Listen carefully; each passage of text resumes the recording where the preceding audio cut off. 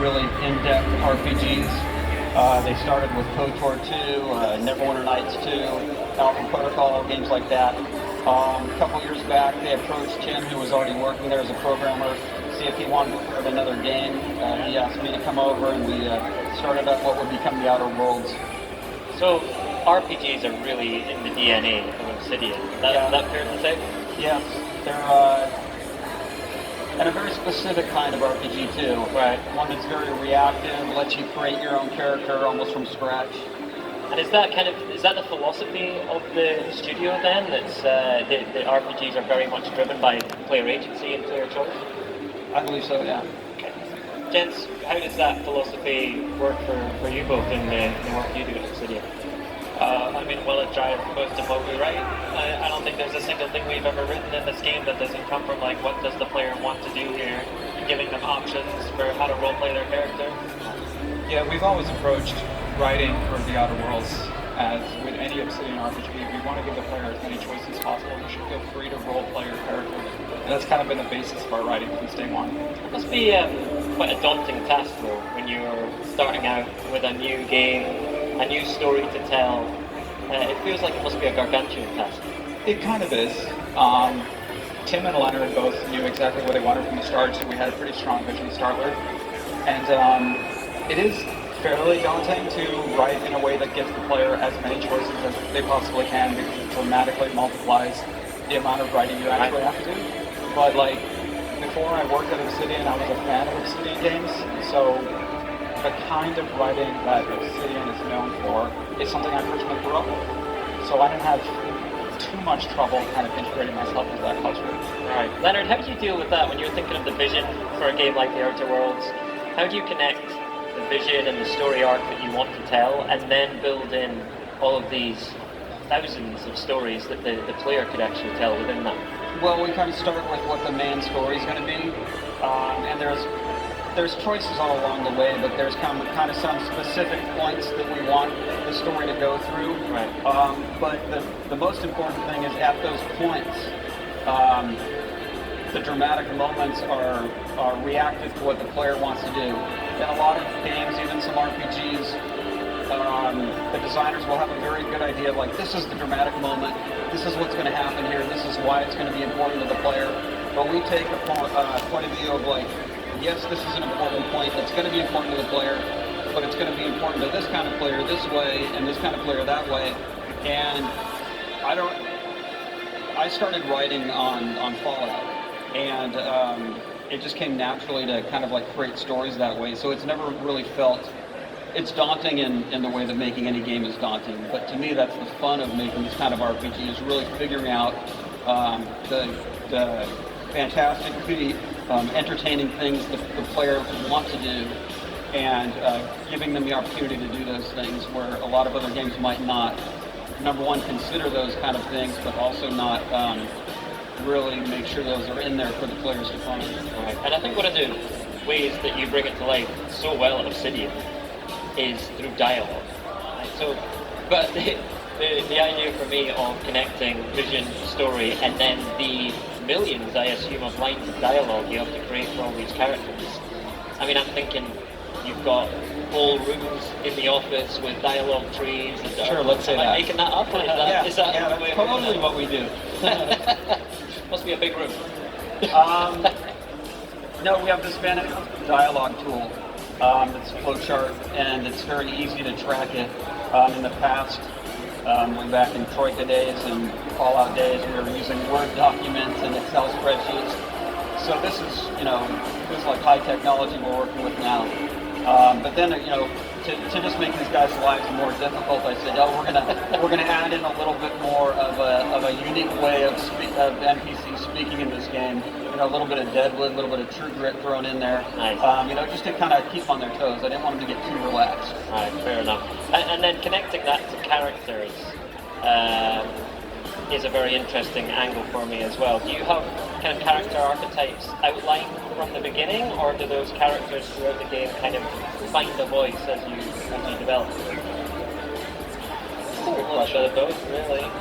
We do have a list of archetypes where everyone has their favorite type of character that they want to write, but we also like sometimes you just need a guy to tell you about a quest, and that thing is more important than who he is and where he came from. So they kind of like, there are a lot of different ways that a character can come to life. Yeah, I don't think you can really get away from archetypes, but along with writing a character as an archetype, we also try to write any character, and it isn't just a companion, but also NPCs, in a way that would reflect the world. So the setting is reflected in the character, right? So we have a dystopian corporate setting where everybody has kind of bought into this system, and we reflect that through the attitudes of the characters that you talk to in the game. There aren't that many characters that you run into that really question the board's authority or the kind of governance in Halcyon. So that kind of theme goes into the way we design our characters. Right. So let's pivot and focus on the outer world now. It seems like you have this very fertile culture at Obsidian for creating these amazing player agency RPG games. Where did the idea for the Outer Worlds grow from that point? They wanted, the founders wanted to make a new IP from scratch, and they approached Tim. And Tim and me worked really well together and we have in the past. And Tim really wanted to, get that going again. We basically made him create the initial ideas for the world. And then I'll be very concentrated on the writing and the art, and he'll be very concentrated on the system design, and then make sure those two things get married together. But it's always been a very organic thing when me and him work together. It's very interesting because we have very similar sensibilities, but we come at it from totally different angles. Like I'm very much dark and into depth and like maybe a darker worldview than Tim, and Tim really likes silly fun things, and that's where those two things together really kind of create the tone that started back in Fallout. Then we started bringing on people like Ty and Dan, and they really helped the world grow and become much more vibrant and alive. With their fantastic work on the NPCs, not only generic general NPCs but also the companions. Dan worked on Neil, and Natai worked on Felix, right, as you guys can see up here behind us. Now I know we've got tons of Obsidian super fans in this room, in the audience here. There you go. Love you guys, each and every one of you. So they will know very well, but give us an overview of the game itself, and a little bit more about what you kind of wanted to capture overall with the game. Well, I think, the stuff we've been talking about was always the most important thing, that, the things you brought up.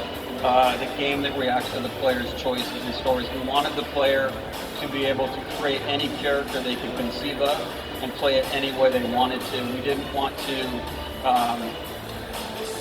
keep people from making the choices that they wanted, which is, easier said than done.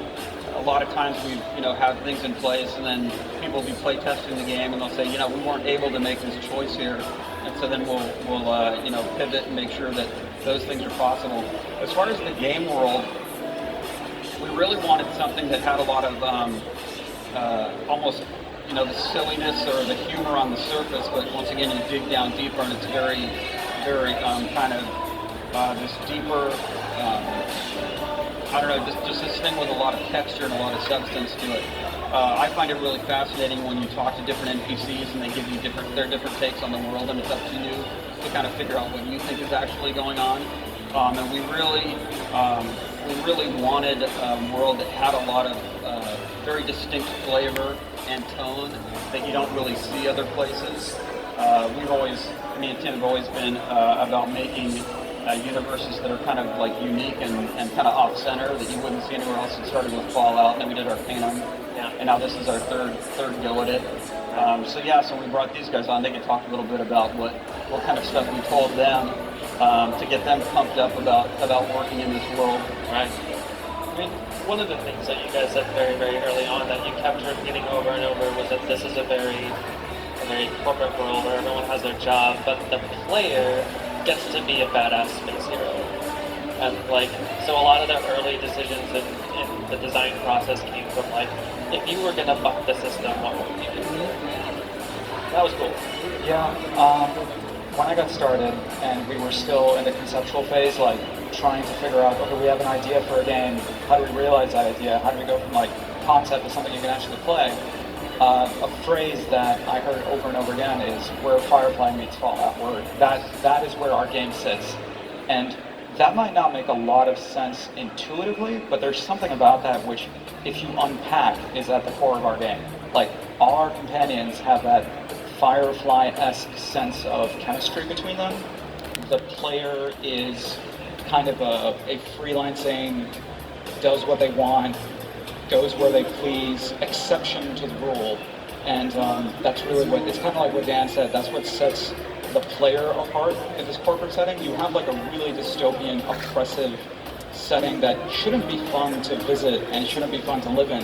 But when you get to play the exception and you get to be the person who breaks the rules, you get to be the person who either, fights the power or, if you want, joins it, then having that kind of freedom makes the setting fun in a way that it probably shouldn't be. I want to come back to the idea of choice and the kind of character that you want to play, but one of the things I've always found fascinating about Outer Worlds is this sort of, seems to me like a juxtaposition of the corporate with the frontier. Usually those are two things that are quite separate, whereas here they've kind of really collided. Tell us like how you bring that to life and what that actually means for the setting of the game. A lot of stores. It's really, if you think back to the time period in American history when that kind of thing was happening, you have a place like New York or San Francisco, and then not too far away, especially in terms of San Francisco, you have this frontier. And that's kind of what we were, keying off of in this game. And also, it was the original idea was